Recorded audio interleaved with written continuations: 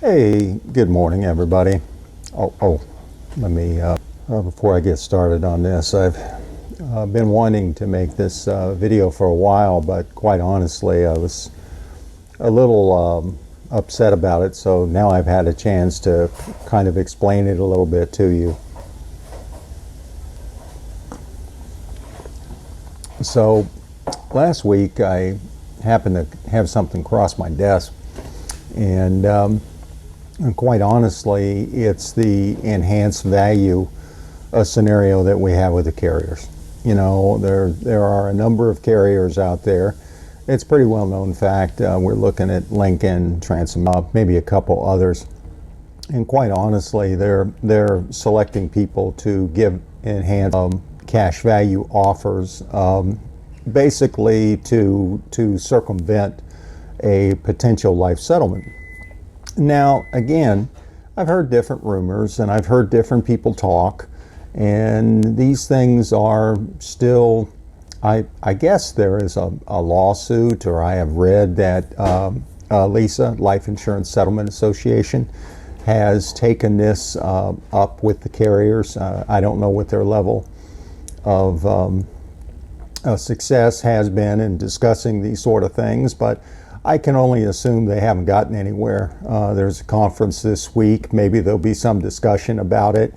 But the bottom line is, I think it's time for the agents to start standing up and saying this is not right. I remember when I first started selling in this business 20-something years ago, and agents would use the term selling away. You know, you sell these policies, and my thing is that there's a secondary market for everything. In 1911, it was determined that these are assets that are owned. They're not something that cannot be sold. They can be sold, and if there is an additional value out there, why wouldn't people be interested in doing this? And now the carriers have said, well, you know, we really don't want to pay out a death benefit. So they're making offers to selected, and again, I use the word selected, people.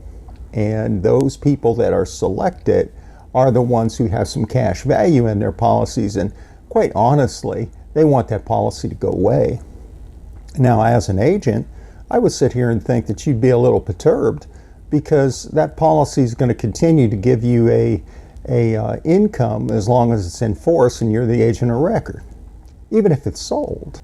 You know, I've done some digging around, and it's very rare for the agent of record to be changed. I'd like to have somebody tell me if that has occurred in your experience. Most of them continue to have the agent of record on there, and they continue to get their income off of that, their trailer income. Guys, I think it's time for you to start looking at these carriers that are doing these things, and maybe you look at other carriers. They're hurting your income. They're also basically doing things that aren't quite right. They're not approved to do these types of transactions. And quite honestly, all the licenses and things that are required by providers and by brokers to do this business, they're circumventing all of that. Okay, so with that being said, I think it's time that we start looking at this a little more seriously and trying to stop this action by the carriers unless they want to get it approved. And that means that they're going to have it approved by the states, and every policy is going to have that in there. It's going to be available to every client. They don't want to do that. They want to cherry pick the ones that are going to create the most trouble for them, and they want to circumvent the life settlement process. And as agents, I don't think I'd be happy about that. And as a client, you know, again, they're only looking at the dollar amounts. I do understand that, but we can get more money in most cases. Don't fall for this tactic by the carriers. Take care, guys. We'll talk to you again soon. Bye-bye.